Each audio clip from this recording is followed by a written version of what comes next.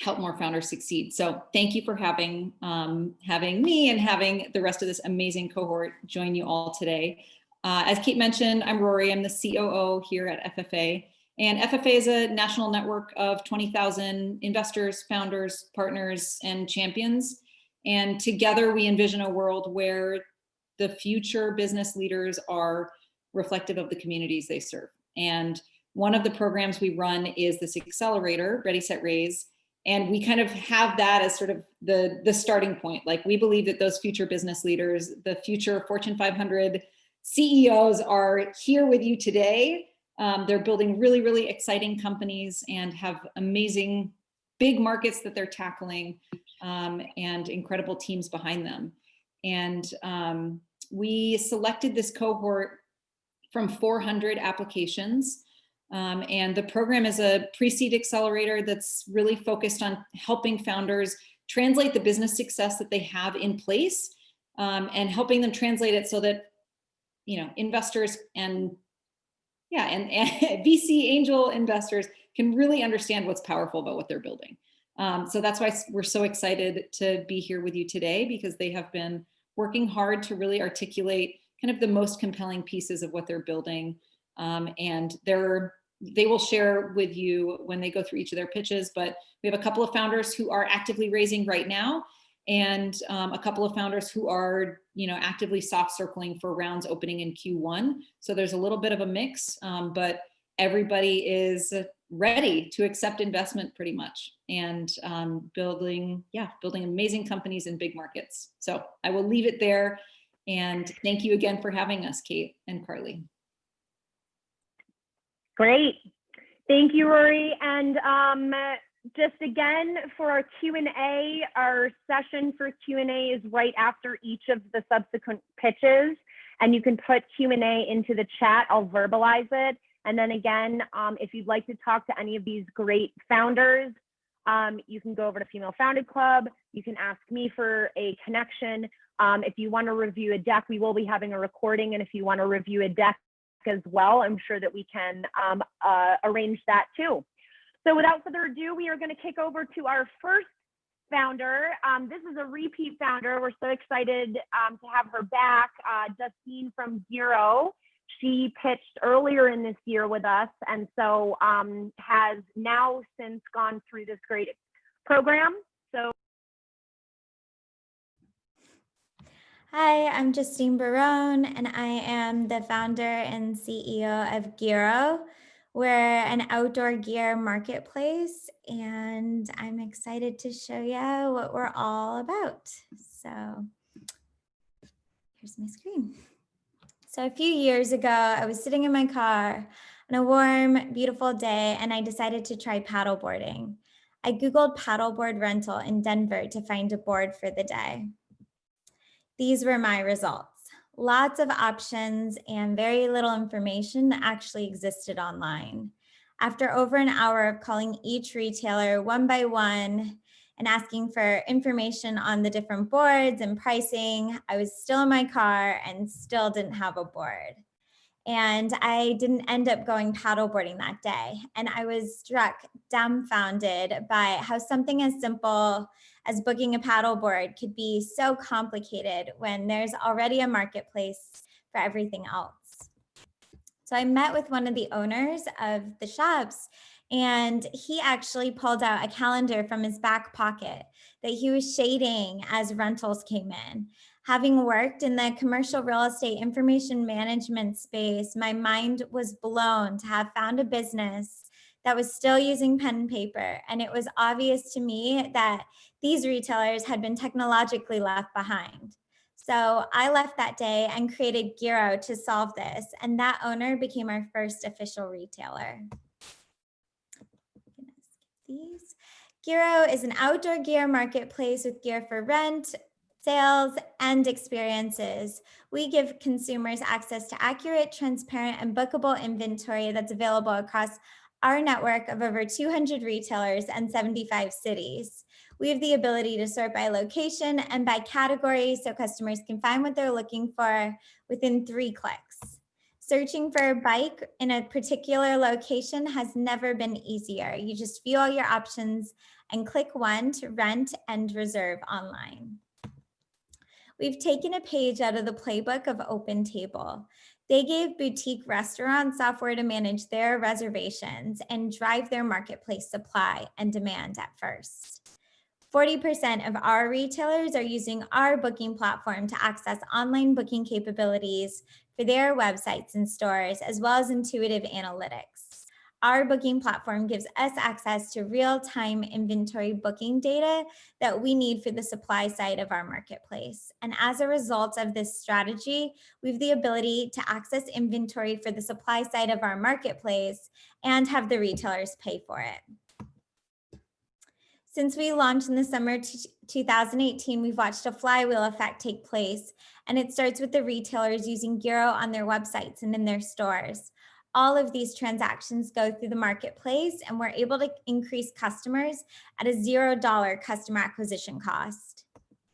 This year, we increased our retailers by 189% while keeping churn under 1%, with over 200 retailers to date. We also just had our best summer yet, and we're having an incredible winter too. We're already 500% up in GMV from last December at this time, and we currently have a wait list for retailers to join the platform. Our goal over the next 5 years is to get to over 3,000 retailers, over 600,000 customers, and over 90 million in GMV. Our business is a true marketplace, and we currently take a fee on every transaction. The fee varies depending on where it originated from, and when a customer starts at Giro.com, we take a 15% fee. When they start at a retailer website or in a retailer store, we take a 5% fee. We forecast that over the next 5 years, the majority of revenue will come from Giro.com transactions. We're focusing on several marketing strategies to get there. A direct approach with SEO efforts to target customers that are already searching for gear rentals and bring them to our marketplace. And we plan to drive traffic through partnerships and the retailers themselves. In October, we received a $170,000 partnership grant from VF, a $14 billion corporation that owns North Face, Smartwool, and Eagle Creek. The $170,000 is focused solely on scaling and optimizing Giro's marketplace. They're using their resources to create content and test ads for us this winter while honing in on our North Star.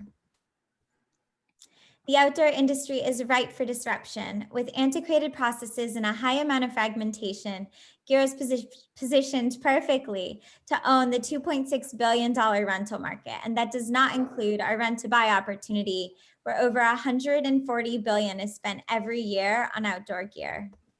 We are aggregating everyone in the entire ecosystem of outdoor gear rentals, from rental providers to software providers. Everyone within the gray boxes can be our partners. In fact, you may see Black Tie Skis there, and we closed them last month. They're one of the largest retailers in the nation, and we can now service over 40 resorts with white glove delivery as a result. I'm so proud of the team we've built with very little funding that we received last fall.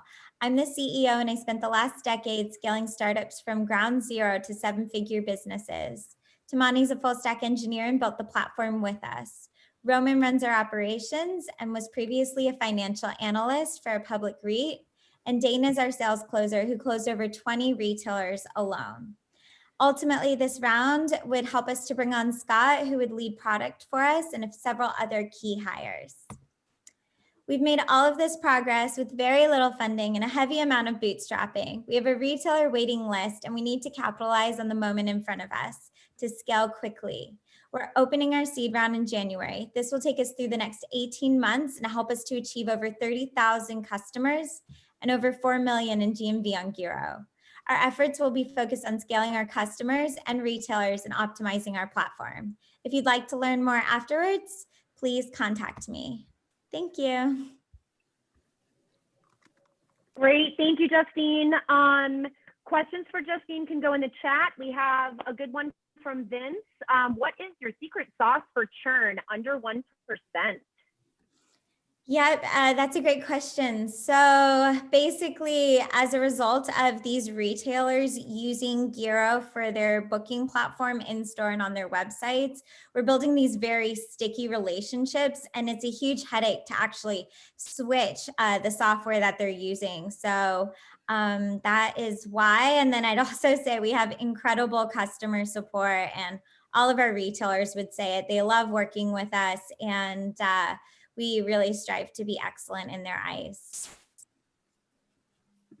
Great. You may have actually answered my question. I had one around what barriers to entry or moats you're building, and it sounds like it is just that. Anything else? As far as barriers to entry go, it is a more antiquated industry. So the major barrier might just be retailers not wanting to adapt technology because they're so old school, but we're definitely seeing that change as more and more retailers start to incorporate technology into their businesses. Their like friends or colleagues are going to also, and they're getting more comfortable with it. So people who we've had say, oh, this isn't for me, it's too complex, or I don't need this process in place, I've been using pen and paper and it works just fine over a year ago, have actually joined the platform now. So I think there's a trend where these retailers are shifting towards more innovative processes. Great. Justine, you do have one more question in chat if you'd like to pop on there, but just in the interest of time, we are going to move forward. And thanks so much. Glad to have you. Thank you. Sure. Okay. Yeah. Second up, we have Mary Louise Cosmetics, led by Akila. Over to you, Akila. Hi, everyone. Thank you for having me. I'm Akila, founder and CEO of Mary Louise Cosmetics, and I'm excited to be sharing with you how my love for DIY face masks turned into a company that I genuinely think is revolutionizing skincare for Gen Z women. So let's get started.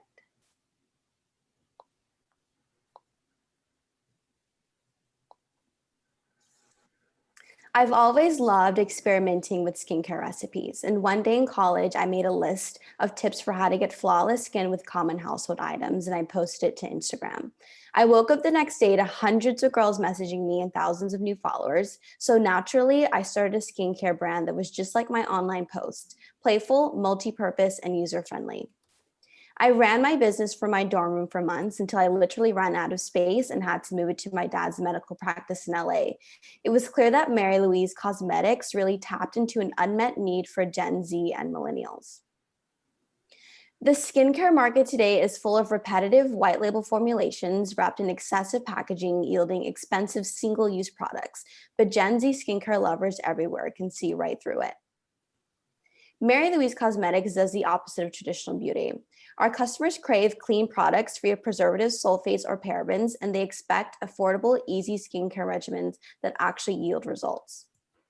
Mary Louise Cosmetics is reinventing skincare for the next generation. With multi-use formulas, ethically sourced materials, and accessible prices, we create fun products that customers buy time and time again. We eliminate the pressure to fit a certain standard of beauty so our customers feel free and have fun with skincare, just like I used to have in my dorm room. Over the last 6 months, our sales have increased by over 300%, and we've acquired 2,000 new customers through extensive press and user-generated content. Our average order value is on the rise, as is our email subscriber count as well. We have 10 products and 25 SKUs, including cleansers, bar soaps, and body moisturizers. Our products are manufactured locally here in Southern California, but our ingredients are sourced from all around the world. Our bestseller is Miracle Serum, which makes up 60% of our sales today. The average vitamin C serum on the market is around half an ounce and $45. Miracle Serum is double the size of its competitors, $10 less, and you can layer it with other products you're currently using without conflict.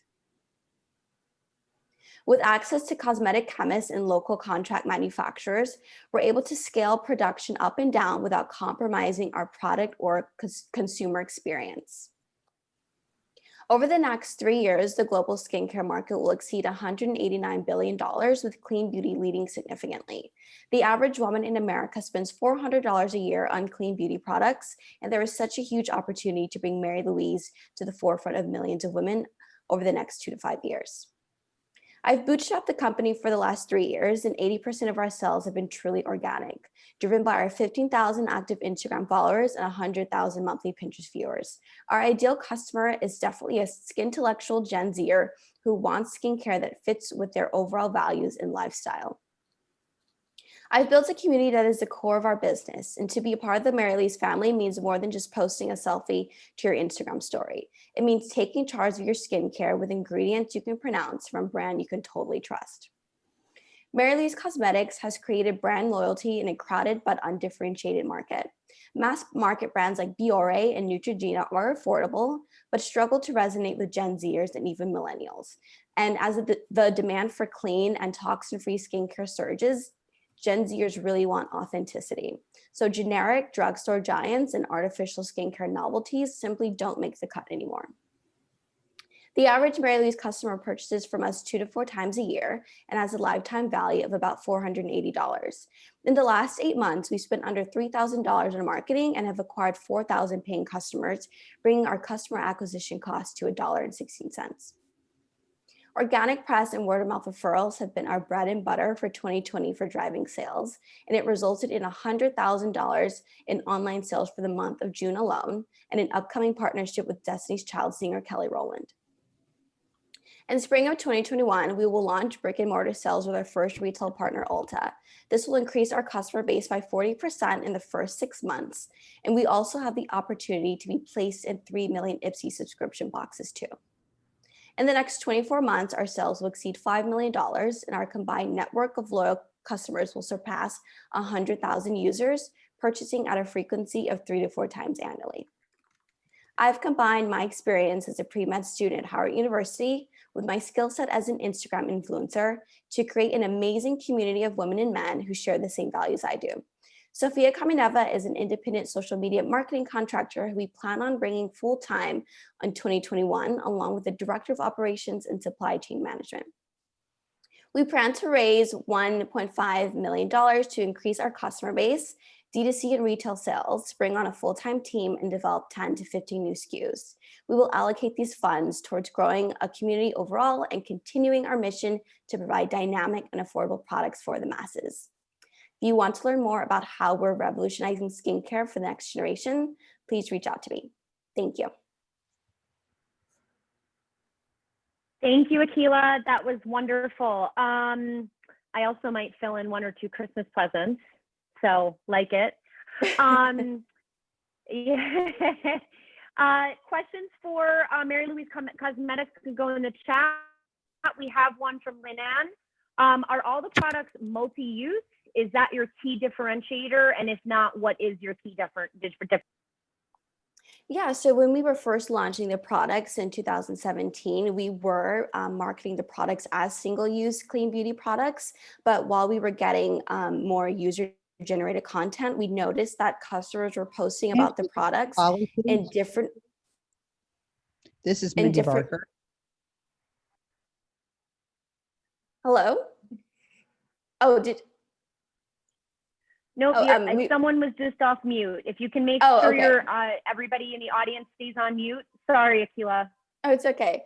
So we just noticed that customers were posting online about how they were using our products in different ways. So for example, our Mississippi mud mask was initially marketed as just a single-use mud mask, but we had customers posting about it, saying that they were using as a body polish in the shower. So we thought this could be a super interesting way to market the new products. And we noticed that over time, customers are buying the products more frequently when we market them as multi-use. And we're working with a team of dermatologists to add more credibility to the multi-use claims to make sure they actually are multi-purpose and can be used in different functions. So now we focus on, in our product development, having products from now on have at least 2 legitimate functions. Great. And then could you explain a little bit about just your the supply chain you've got? Where are you sourcing that whole bit? Yeah, so as far as our supply chain management, we partnered with a contract manufacturer in Gardena, California, and a 3PL fulfillment center also in Southern California.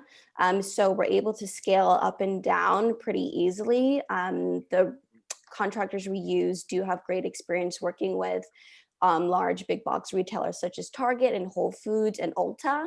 So we are able to scale smaller for our retail side and scale up with as many retail partners we're able to grow with in the next year.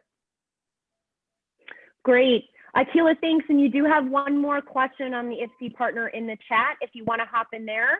And we're going to move on to our third. Thank you. Thank you, Akila. Yep. All right. Up next, we've got Catherine with FixFake. Good afternoon. My name is Catherine Harrison, and I am the founder and CEO of FixFake. We have built authentication as a service for e-commerce marketplaces and retailers. So there has been an incredible trend over the last decade around the purchase of secondhand goods. This has been driven in large part by Gen Z and millennial consumers who are focused on sustainability. This has built a $36 billion apparel resale market, and over 150 different marketplaces have sprung up to help consumers buy and sell secondhand goods. I want to introduce you to Lindsay.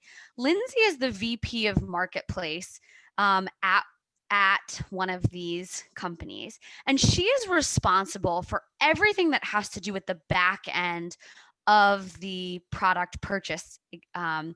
So she deals with inventory, authentication, fulfillment, shipping, supply chain, etc. But the most important thing that Lindsay does is she helps her company to determine which items are authentic and which are counterfeit. With over $250 billion worth of counterfeit goods in just 3 categories, shoes, apparel, and leather, she has her work cut out for her. So Lindsay has a budget ranging from $5 to $20 million, depending on how large her organization is. And she's often spending up to 10%. That budget is 10% of revenue. Now, it's critical for her to determine which products are real and which are not. Over the course of about 30 plus conversations with similar people like Lindsay, we've determined that about 10% of products received by marketplaces on average are fake. So Lindsay has stood up a team of several hundred people that are skilled manual authenticators of very specific products: sneakers, handbags, apparel. They have hundreds of hours of training to help them understand what's real and what's not. And Lindsay's team has built warehouses all around the country, and in some cases all around the world, to handle processing inventory, authenticating it, and then sending it out to the ultimate sellers. Her team has built software to help triage this unique workflow, and they purchase anti-fraud software. It costs between $10 and $80 or more to authenticate each product. That means that her company doesn't make a penny of profit on goods that are under $250. Also, because this process is incredibly manual, there are significant limitations on throughput. Her organization can only process a set number of items per day. And on a peak day like Black Friday or Cyber Monday, it will set her company back 10 to 15 days to be able to process the peak loads. Now, despite all that investment, counterfeit products still get through. She has to pay fraud claims. There are insurance policies to manage the process. And from time to time, organizations find themselves in litigation. The RealReal, which is one of the most well-known marketplaces, the first to go public, is currently embroiled in a $100 million lawsuit with Chanel for selling fake handbags. This is hard. So FixFake delivers authentication as a service.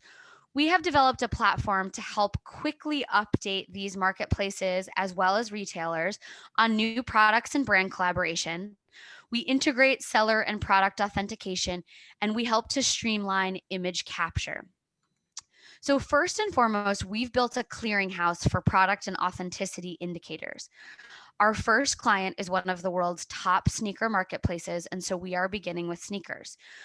We have the specifications for key products, and we have crowdsourced from the sneakerhead community the key indicators of counterfeit shoes.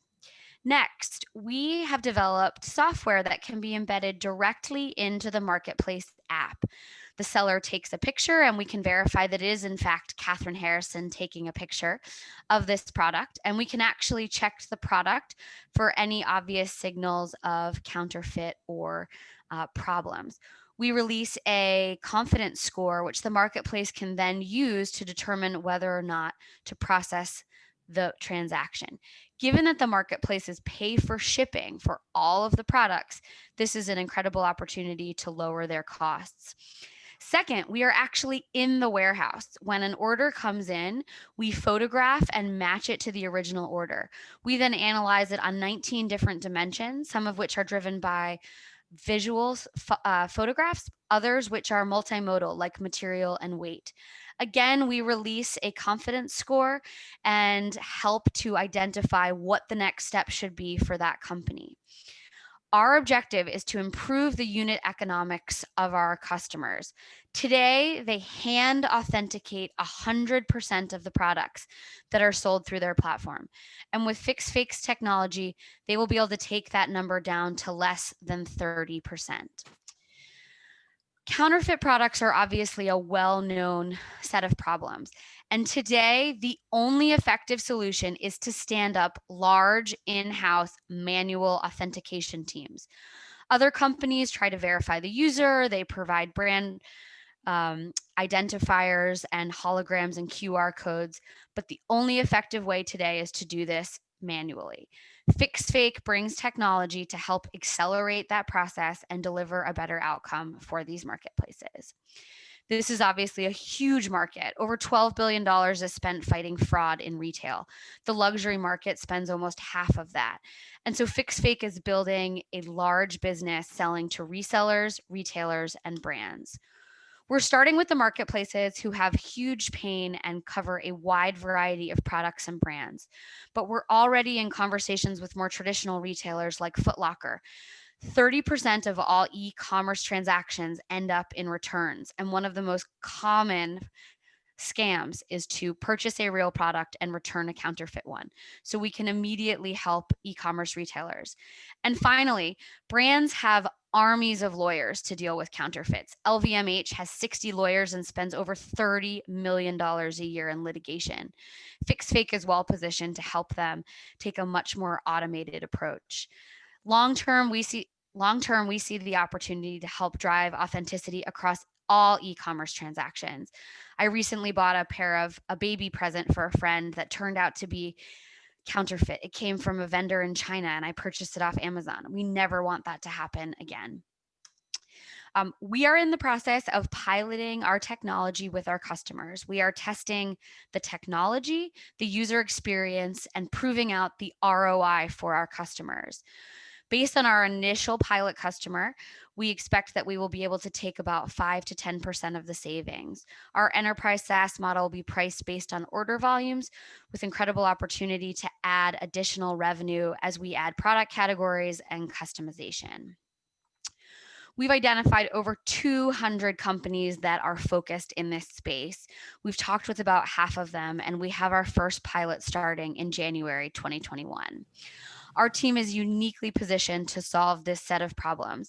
I've spent 2 decades in enterprise sales. I built the Asia business for Gerson Lehrman Group, and then I did enterprise sales at IBM, both in North America and in Istanbul, where I actually learned Turkish so that I could sell to Turkish CIOs.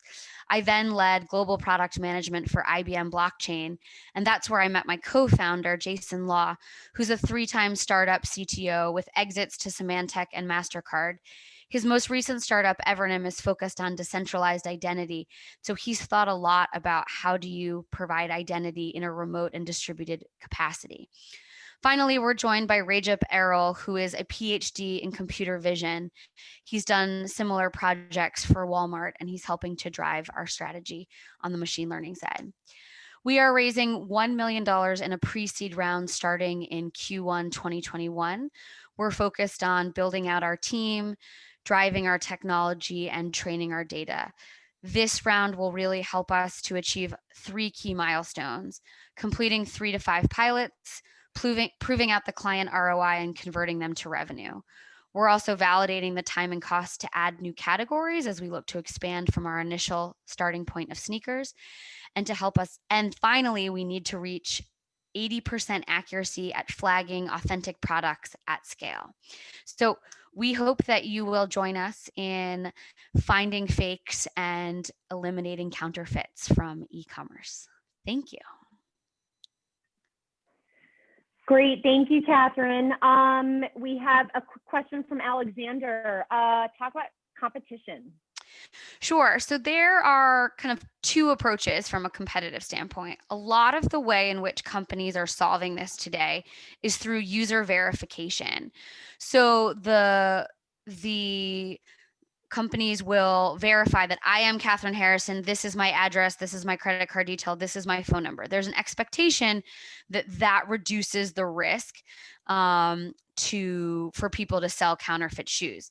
That said, you can now sell user IDs on 4chan and 8chan and other places on the black market in order to quickly get access to a profile with reputation. So that has limitations.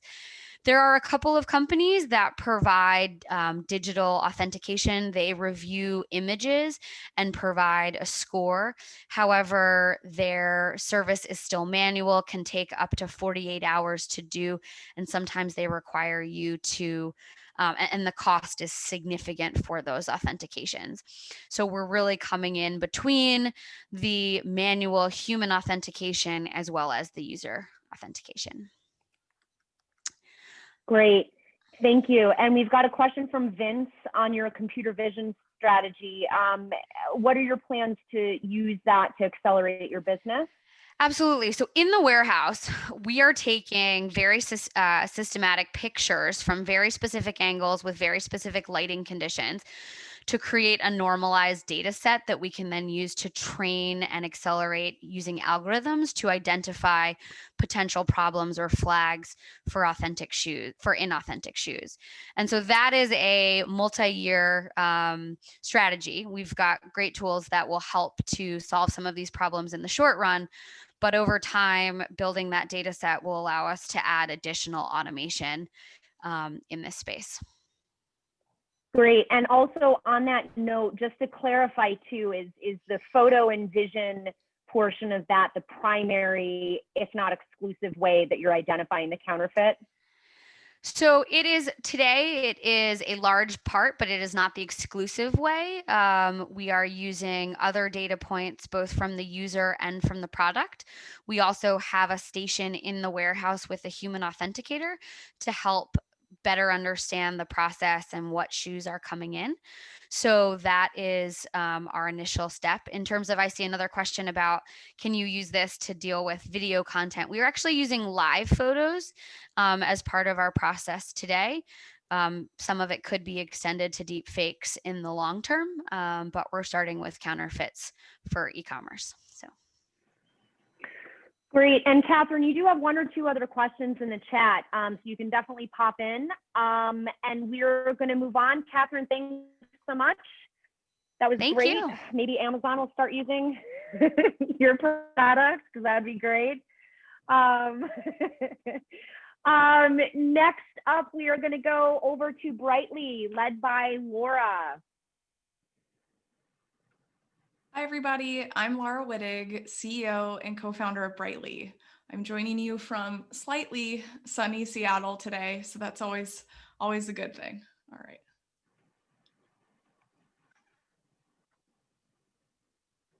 Okay, so I'm the co-founder of Brightly, like I just mentioned, and Brightly is the new destination for the consciously curious consumer. So we make eco-friendly shopping and living easy for thousands of millennial and Gen Z women every day. So right now we're facing a sea change in the world. The climate is changing, the globe is hurting, and we collectively feel like we're running out of time. We all want to step up to save the planet, and we're searching for ways that we can do that. Conscious consumerism is one way that people can help. Millennials and Gen Z are prepared to put their money where their mouths are, with 72% of these demographics willing to pay more for ethically made products.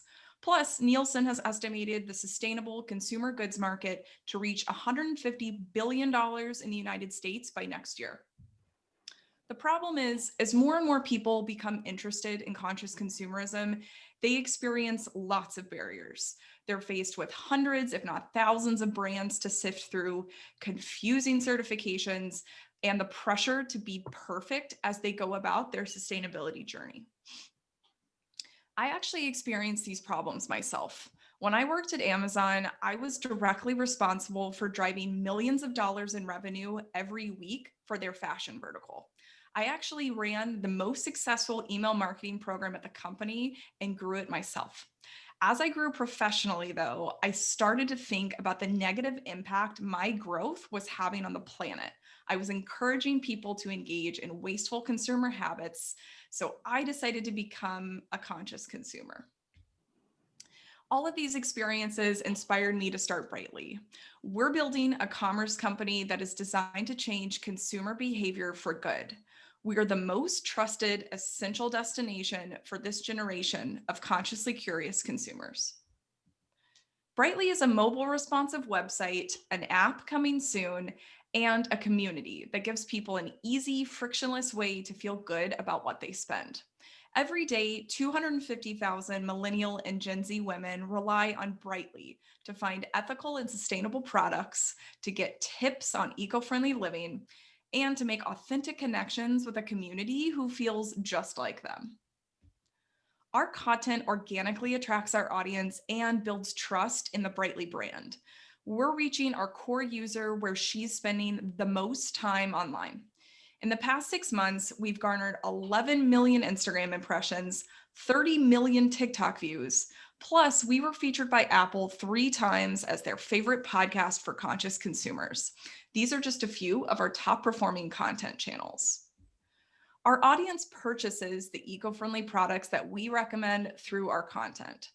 40% of our audience has purchased a product because of a Brightly recommendation, and we make sure every recommendation is created with sustainable materials, responsible supply chains, and is kind to the environment. Our most engaged audience members choose to join our community of brand ambassadors, which is over 9,000 strong. I need to update this slide from a few days ago. These brand ambassadors are the core of our community. They're true loudspeakers for Brightly and the planet. They engage with one another every single day by asking questions and sharing their favorite recommendations. Plus, they share Brightly content across their social networks, and they realize that they've joined a movement of people who want to change the world by the way they shop.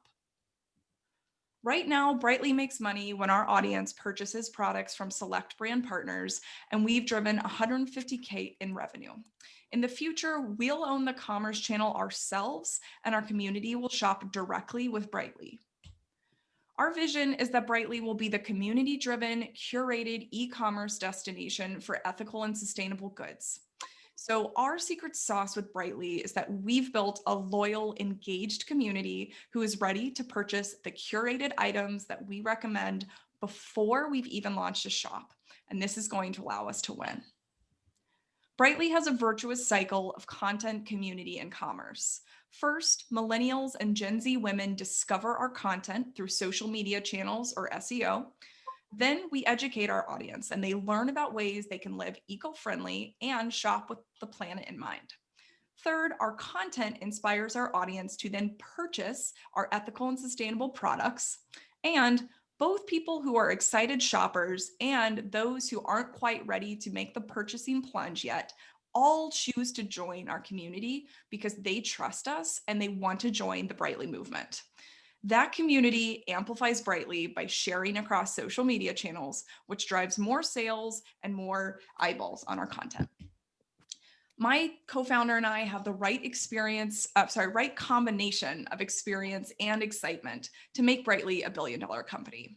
As a product manager, I ran social impact search projects at Google, and I monetized Sephora's beauty insider community, driving millions of dollars in revenue through iOS and Android apps. Plus, you already heard about my background at Amazon. My co-founder, Lisa Moiseva, grew Globin, a social impact subscription box business, from $0 to $12 million in ARR. She's a passionate community builder who turns customers into brand champions. Our roadmap for next year looks like this. In Q1, we'll launch our pilot iOS and Android app, and we'll onboard 3 team members across content and community and commerce. In Q2, we'll scale up our brand partnerships and continue to hit growth milestones.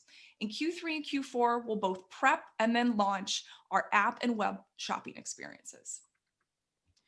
We're currently raising a round of $1 million, which is already 75% committed with a term sheet and a lead investor, or sorry, signed term sheet.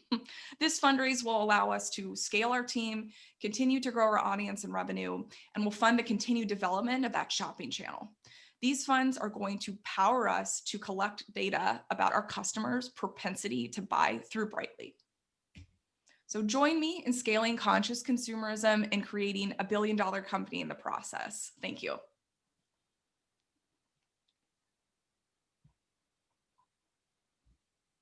Thank you very much.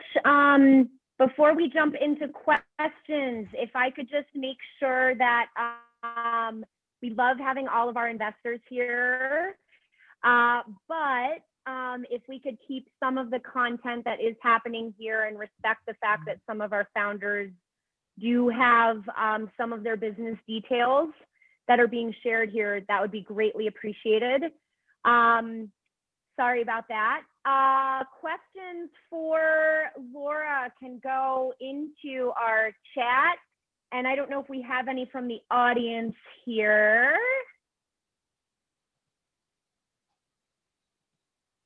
We do. We've got one from Mary Lou. Hi, Mary Lou. What's your revenue model and what is the valuation of the company? Yes, so our revenue model is a direct commerce path. So in the future, we will be monetizing with our audience that way. Currently, we also collect money from our brand partners. So we work with brands to spotlight their products and then move our community to shop directly with those brands. Once we have our once we have our commerce channel up, we will no longer be moving people off site and off channel. They'll be shopping directly with us. And then, the valuation. So our company is valued at $5 million post money in this current round. And we are very close to closing it. We will most likely close before the end of the year, if not like first week of January when folks are back from the holidays. So very exciting stuff. Good way to cap off the year.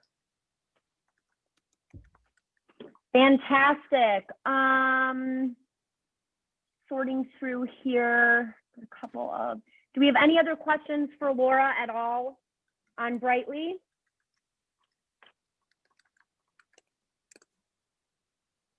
All right, Okay. thanks. Well, anybody can connect. Yeah, Laura, thank you so much. We are going on to our 5th. We've got 3 more to go. Daphne over at TBD Health, over to you. Hi everybody, I'm Daphne Chen. I'm a co-founder of TBD Health and super excited to talk to you about women's sexual health in the new era of healthcare that we're ushering in with our business. So give me 1 second as I share my screen.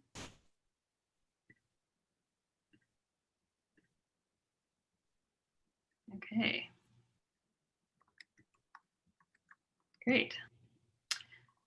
So yes, so TBD Health. TBD offers sexual health solutions for women, starting with at-home STD, STI screening. STIs are at record highs in the US. There are over 90 million sexually active women, and over 15% of them will contract an STI in this year alone. STIs disproportionately impact women. As women, our anatomy makes us more susceptible to infection, and over 66% of them are asymptomatic. In fact, untreated STIs are the leading cause of preventable infertility in the US. Because STIs are usually unnoticeable, screening is the best way to ensure that all sexually active women stay healthy. But most women aren't screening enough. There are both physical and mental hurdles to climb. It can take weeks to get an appointment, and once they do, many women report feeling judged, embarrassed, or misunderstood by their providers. There's also a big sexual education gap. Only 17 states in the US require that sex ed be medically accurate. Critically, the vast majority of women do not know the long-term consequences or that untreated STIs can lead to infertility. Over 52% of women surveyed actually say that they would make different life choices if they knew that STIs could cause infertility. At TBD, we believe that where sex goes, health and clarity should follow. So we created an at-home screening experience that seamlessly integrates into women's lives. The TBD experience is simple. Order a kit online, take the sample in the privacy of your home, and send it to our lab. Our tests are just as accurate as a clinician-collected sample, and our medical team reviews all results and creates a customized care plan for each customer, including antibiotic prescriptions if needed. Sexual health is about more than just a test result, so we also offer supportive services like partner notifications in the event of a positive, and sex therapy, where our certified therapists can help with questions related to anatomy, consent, pleasure, and more. Our clinicians are always available for telemedicine consultations, and we help women continuously learn about their bodies by offering sex education content that is designed for the modern adult woman. STI screening for women is a huge market with a $30 billion TAM. At-home experiences are new, but they're quickly gaining share, accelerated by tailwinds due to COVID-19, as many women don't want to risk exposure by leaving home. TBD is well positioned to lead the industry in creating a new best practice. At-home testing currently makes up just 2% of the overall STI testing market. Incumbents have proven the market for at-home lab tests, though our largest peers often focus on other conditions like food sensitivity. Some peers in the sexual health space take a more transactional approach to engaging with customers, but TBD offers a holistic, purpose-built solution for sexual health. We prioritize building a long-term relationship with our customers, and our focus allows us to become their trusted sexual health partner as they advance into other life stages. Our focus also allows us to take advantage of untapped marketing and distribution networks. We're launching our beta in Q1, starting in Washington State. Our initial target market is young women, 21 to 30 years old, working professionals living in urban areas. They're technically savvy, busy, and dating, and our convenience value proposition is important to them. To reach them, we'll focus on social channels, and specifically Instagram and Facebook, where our customers are spending over 53 minutes of their time each day. Our social media smoke tests show how efficient we can be at customer acquisition. Our CAC is currently 60% lower than industry standard. We're also prioritizing optimizing search through SEM and SEO, and partnerships will help us further amplify our message. We're in discussion with mission-aligned brands, including large dating apps, women's orgs, and other wellness communities. There are no FDA approvals required for us to go to market. We're using FDA-approved tools, and our lab runs pre-existing lab-developed tests. Our lab is also CLIA and CAP approved, the gold standard in lab testing. Between our three co-founders, we have deep expertise in entrepreneurship, product, tech, and law. Our medical team includes nurse practitioners and MDs, and our advisory board has lab and infectious disease experts from Columbia University and the University of Washington. COVID has provided a strong tailwind to all at-home health, and we're moving fast to get to market. We're raising a pre-seed to support our beta in 4 states, which will position us to raise our seed round for a national launch in Q4 2021. TBD is here to provide women with the resources they need to understand their bodies and stay healthy. We hope they'll come on this journey with us.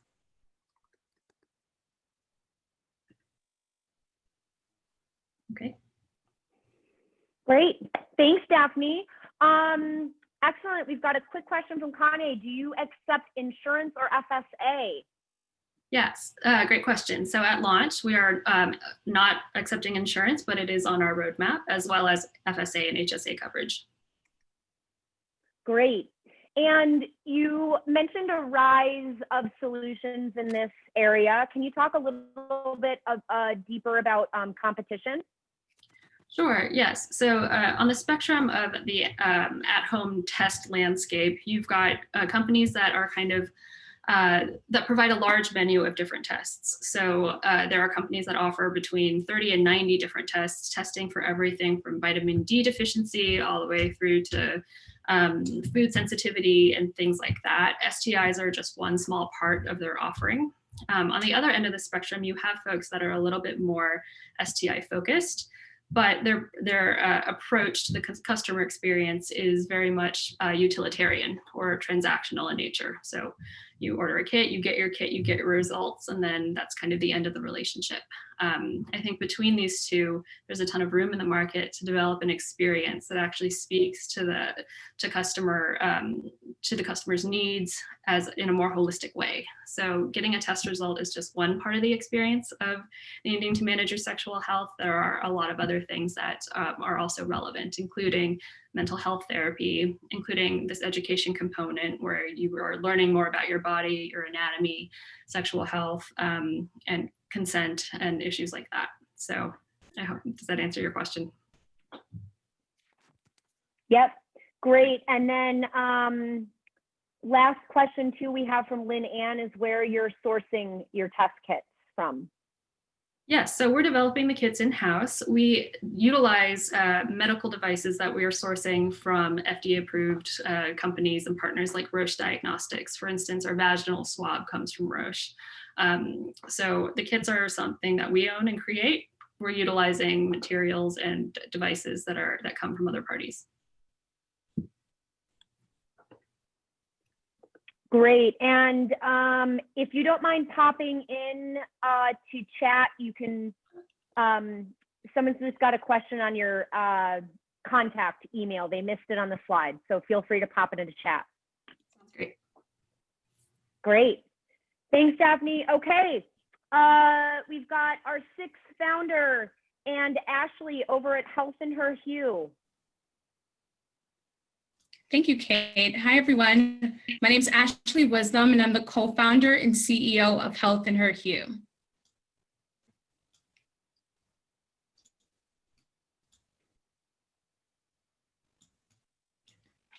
Health in Her Hue is a telehealth and wellness platform for women of color looking for culturally sensitive and personalized care. And I'm going to tell you why women of color, and particularly Black women, are so excited about what we're building.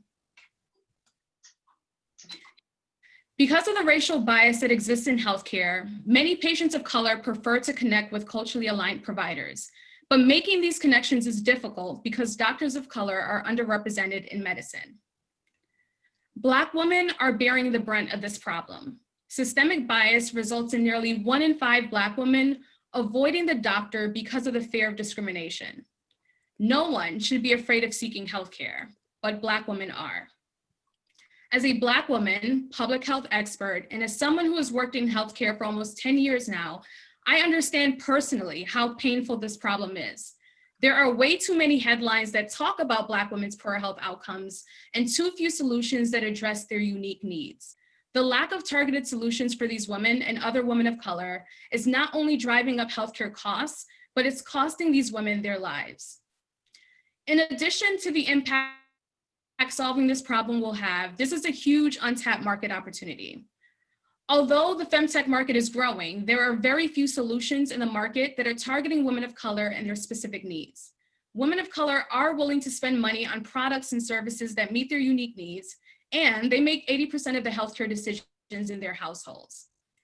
In the past 5 months since releasing our MVP, we've heard many amazing patient reviews and stories. But one story in particular really showed us why the telehealth platform we're building is needed. A patient based in Texas wanted to find a Black gastroenterologist because her other providers were not taking her chronic issues seriously. She couldn't find one, and her gynecologist and PCP couldn't find one locally to make a referral. But she was able to find one on our platform, 3 hours away from Houston, where she lives. And she drove 3 hours with her husband for a 30-minute visit. While we're glad we've been able to make these connections, women shouldn't have to drive 3 hours just to find a doctor who she feels she can trust to take her concerns seriously. There's growing evidence that suggests when Black patients are cared for by Black doctors, their health outcomes are improved. There's increased trust, better communication, and better adherence to clinical guidance. Despite these findings, the unfortunate reality is, given our current physician workforce, many Black women looking for a Black doctor won't be able to access one conveniently in person. Many will continue to drive 3 hours away for a second opinion from a trusted provider, and that should not be the case. This is why we're building an integrated virtual women's health clinic and wellness platform designed for women of color to access culturally competent and personalized care. And we're starting with a focus on Black women. Our platform will offer an integrated virtual women's health clinic designed to give Black women easy access to culturally competent healthcare providers. We will provide telehealth services related to women's health, and specifically reproductive health, mental health, and dermatology are of the highest demand. Through Health in Her Hue, members can track and monitor their symptoms, access on-demand video and chat consults with the provider, connect with the peer community, and get support finding the right provider for their needs. We will closely vet and provide training for the providers we contract with to provide telehealth services on the platform. Our provider referral network, content, and member community is how we've been able to engage and acquire users to date. When we started, we knew that we needed to provide value and solve the specific problem of connectivity before we could build the demand for virtual care in our platform. To engage patients and providers, we built a community that offers information, expert support, and resources. As we continue to grow our member base and provider network through these channels, we will be able to better support women of color and expand with our virtual care services. We've built strong brand recognition and trust for their content, and when we released our MVP in late June, we had 34,000 logins in the first 2 weeks. We have users who are getting amazing results from our MVP, and they've been spreading the word on social media about the great connections they've made with doctors through our platform. Providers have also been sharing that they've been getting referrals from us and have been telling their colleagues and patients to use Health in Her Hue for referrals. One gynecologist in Florida told us that she gets at least 2 new patients a week from Health in Her Hue.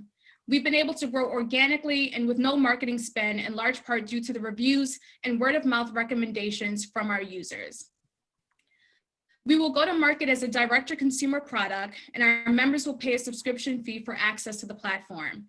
We also plan to partner with health plans and large employers to sponsor Health in Her Hue membership for their members and employees. And we also see an opportunity to charge providers a referral fee to access our highly engaged patients. Although we're focused on direct-to-consumer, we already are seeing interest from health plans.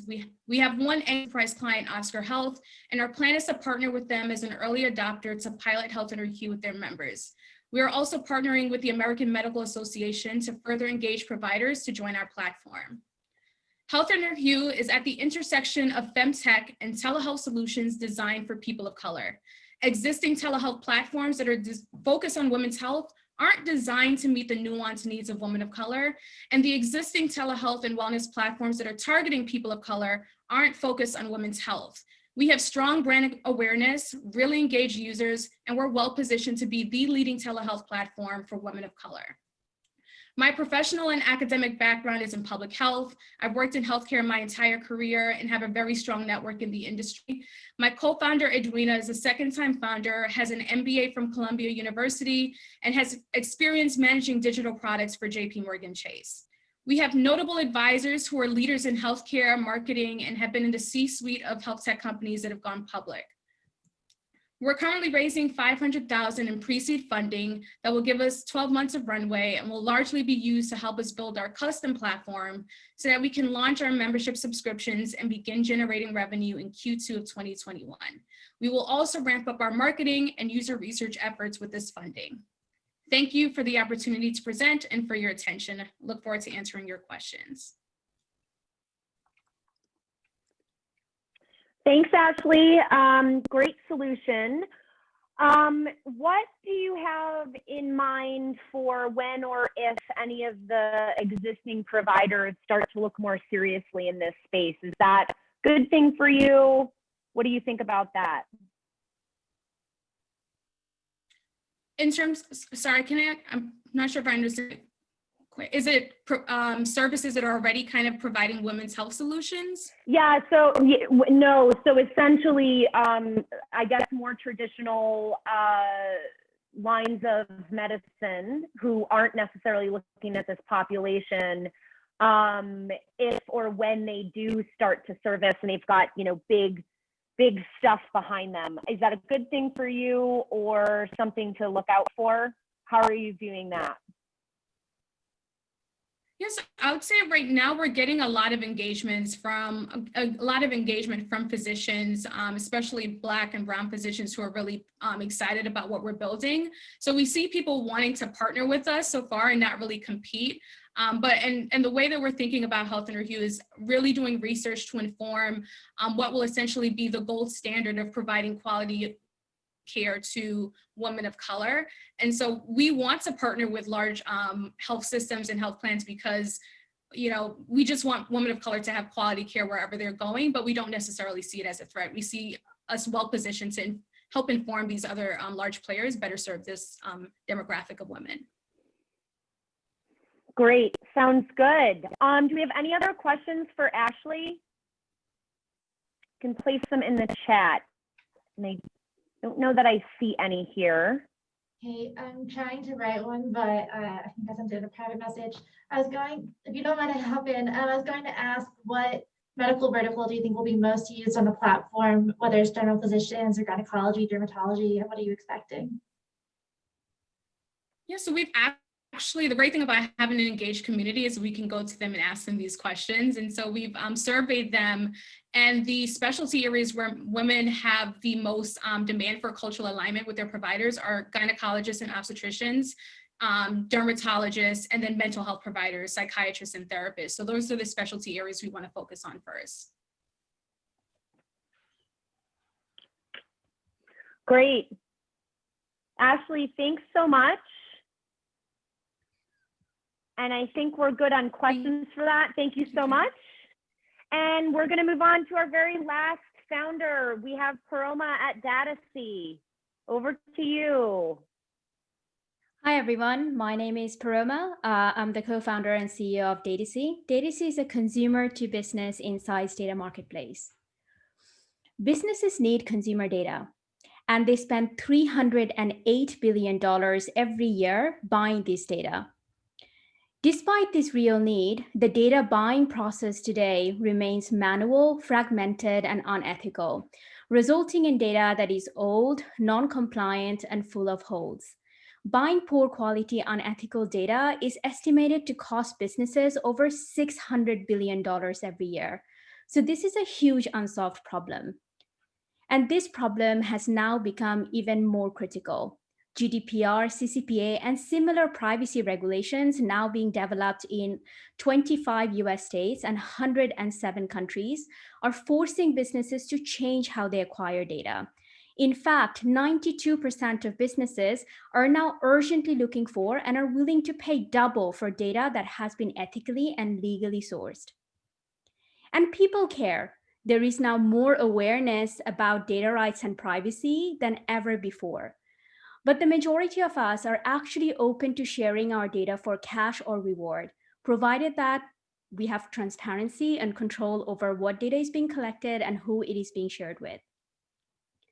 So Datacy solves these problems by connecting consumers and businesses to enable high quality, ethical, and transparent data exchange. So what is Datacy? Well, to start, Datacy lets people earn money from their data almost effortlessly.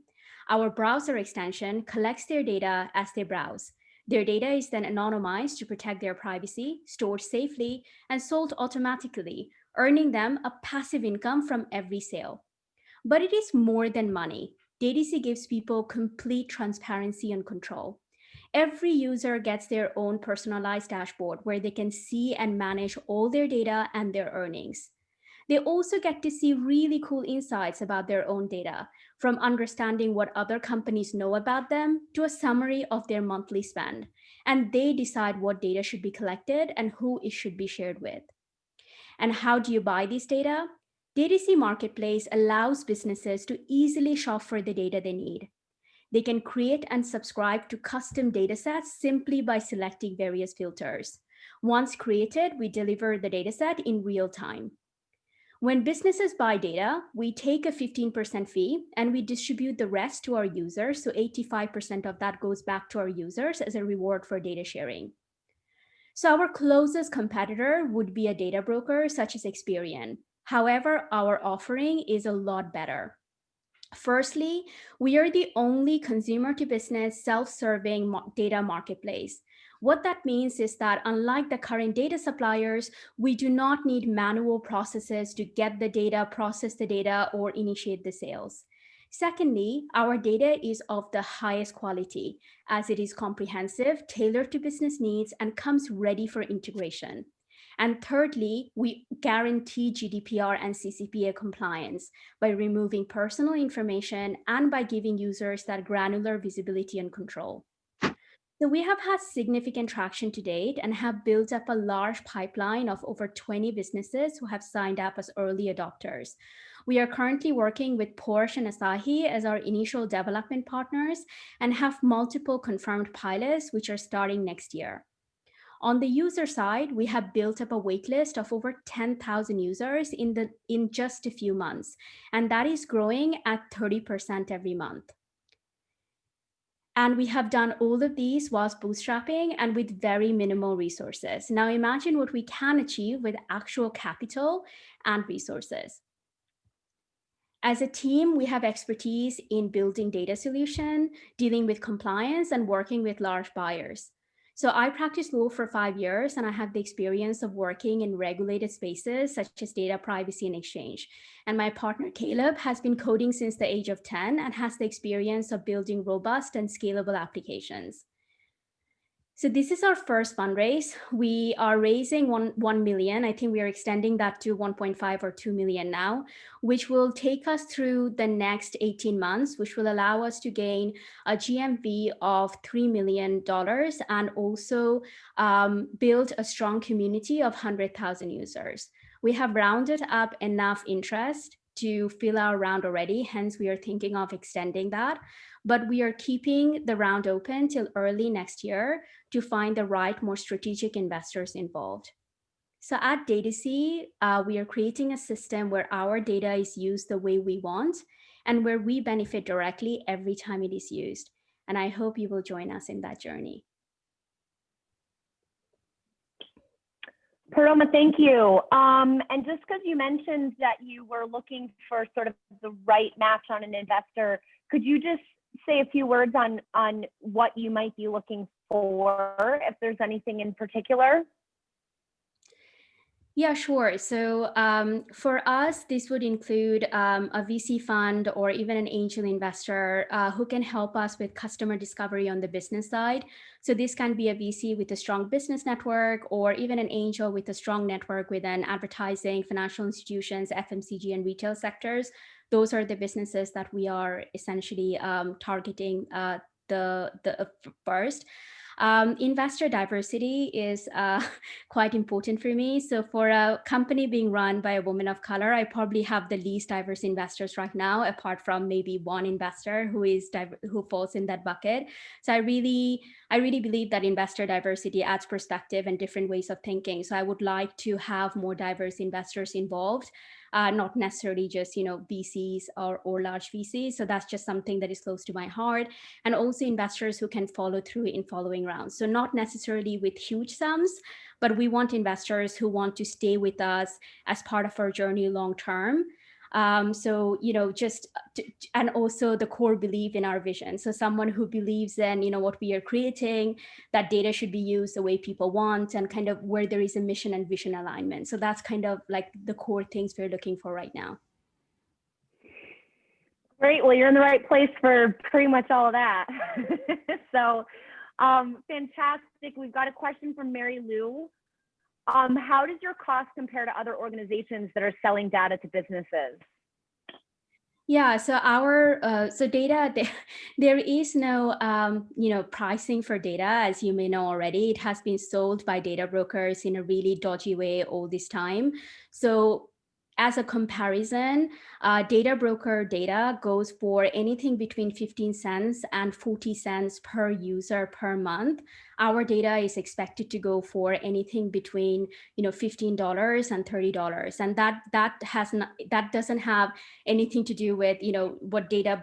Like, the core difference for us is the regulatory compliance, the ethical element, and also our data is of higher quality because we get it directly from the users. We can actually make sure that it is clean, it comes parsed, it is literally tailor-made. So all those benefits that I mentioned, that's what makes it higher. And I think it's kind of like an ethical play. The reason why it is so cheap right now is because people who are selling it hasn't had to pay anything to get it. It's almost like a free raw material, which is so strange because nothing is free, right? But there you go. Great. And then we have one, can you just remind us too, do you have revenues to date? No, so we are pre-revenue. We have pilots starting next year, which are all going to be paid, and that's when we start generating revenue. We had the option of starting these pilots this year, but we actually pushed it out because we're a team of 2, and we just do not have the capacity to do enterprise pilots as a team of 2. So strategically, we pushed it out after finishing the funding round so that we can focus solely on that. Great. And you've got one more question. Well, we've got a few minutes, so I'll ask it. What would a partnership look like with a company like Point72? Yeah, so we are actually in conversations with them right now, and that will be one of the people we do a pilot with. So they're an asset manager. They have a lot of assets under management. They would be using our data to understand micro and macroeconomic trends in the consumer technology sector. So that's how they will be using our data. Great. Wonderful. Paroma, thank you so much. That was the last of our founders today. Miss Leslie, I'm going to put you on the spot because you popped in a few minutes late. We have the wonderful leader of Female Founders Alliance. If you want to pop in and just say a quick hello before we close out. I would love to. And I just realized that I've not been on mute this entire time. So sorry about that. Whoopsies. Okay, so hi, I'm Leslie Feinzek. I'm the founder and CEO of the Female Founders Alliance. I know a lot of you are new to us. We are a national network of founders, investors, executive supporters dedicated to accelerating the success of women and non-binary founded startups. What you just saw are 7 of the 8 companies that participated in our annual Accelerator Ready, Set, Raise. They spent the past 8 weeks with us. I think I was reviewing numbers yesterday. They spent 50 hours in group sessions, more than 200 hours receiving hardcore feedback in one-on-one meetings. They met with, as of today, I guess, somewhere close to 125 investors, angels and VCs from around the country.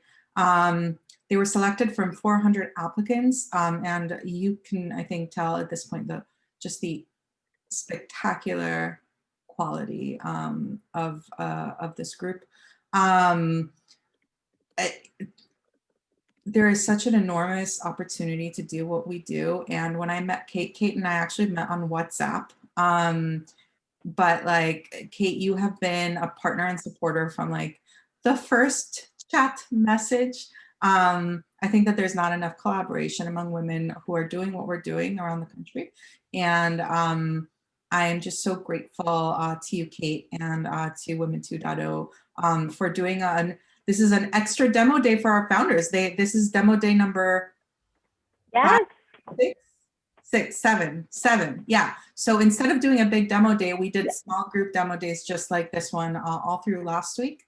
And the funny thing is this is the absolute last one that they're doing, I think, with us.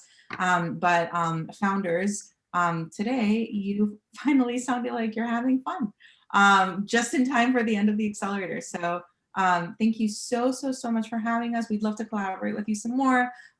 Please, reach out to us to collaborate with all of you who are new to our world. And please invest in these companies. We're not doing this for show. We're doing this because these are real rounds. And some of them, as you can tell, are already really hot today. Some of them are going to get really hot in January when they start fundraising. So I am very excited to co-invest with all of you.